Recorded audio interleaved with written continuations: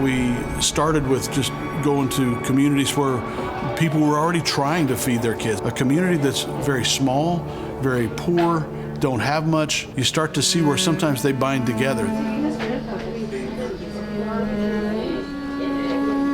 And so we would lean into those communities and say, hey, we've got the resources to provide the food if you'll provide people to cook it, and you'll give us a place that we can set up a kitchen to do it.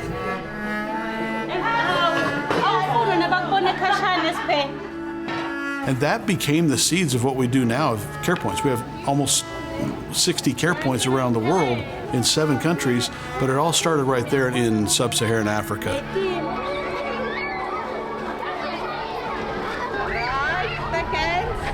Are you all in? All right, follow me, come. You can love people even if you can't understand their language. It's by your heart talks that language. Yes. Oh, now I must stand like this. What is the one thing God says to us? He says, love, love.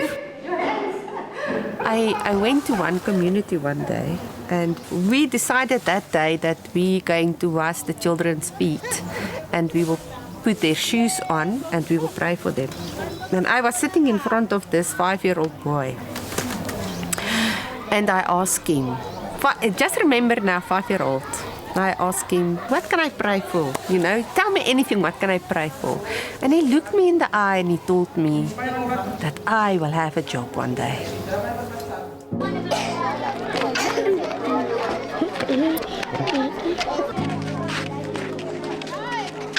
A 5-year-old is playing around, you know, he doesn't think about that. When I started with Children's Cup, I really wanted to know God's heart. And I really sat there and I asked the Lord, Lord, what do you want me to do at this Care Points? Me, what do you want me to do?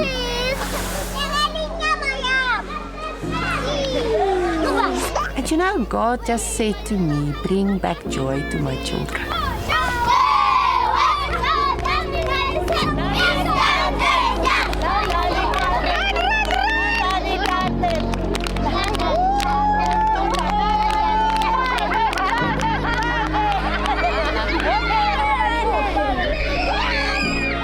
It's not that we came in and built palaces for the people. We don't. We just provide a safe place. And I know we cannot change the world. We cannot. We try to, but you can't. But it's for stopping for this one. And then stopping for the next. Because otherwise you will get so overwhelmed. And I just felt that we as Children's Cup stopped for the one. All of us have a part in the story, belong to that little child's future, because this is what we want to do. We want to change the future of children.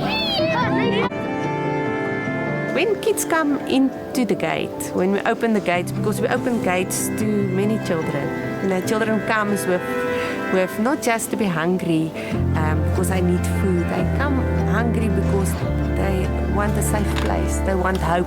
They want love. That's why they come into our Care Points, isn't it? That's why they run. You can see that at Mooiplaas, how kids just, they run because they're free there.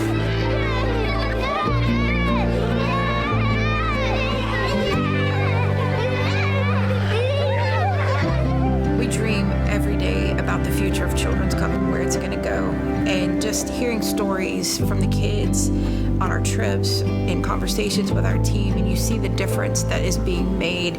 You start to realize that even more can be done, and there are more kids out there that we can reach. As we hear these stories and we talk about these stories with these kids, that you're talking about a family member abused them, it's so easy to sit here and say that's the villain, the kids are the victims. But in reality, those family members, they're victims too. they are just, that no one stopped to say, let's disrupt this cycle for you. Let's stop and help you see that there is a different life. And so if we don't do that as Children's Cup, that just continues. We're not just disrupting a cycle of poverty, but we're disrupting a cycle of brokenness.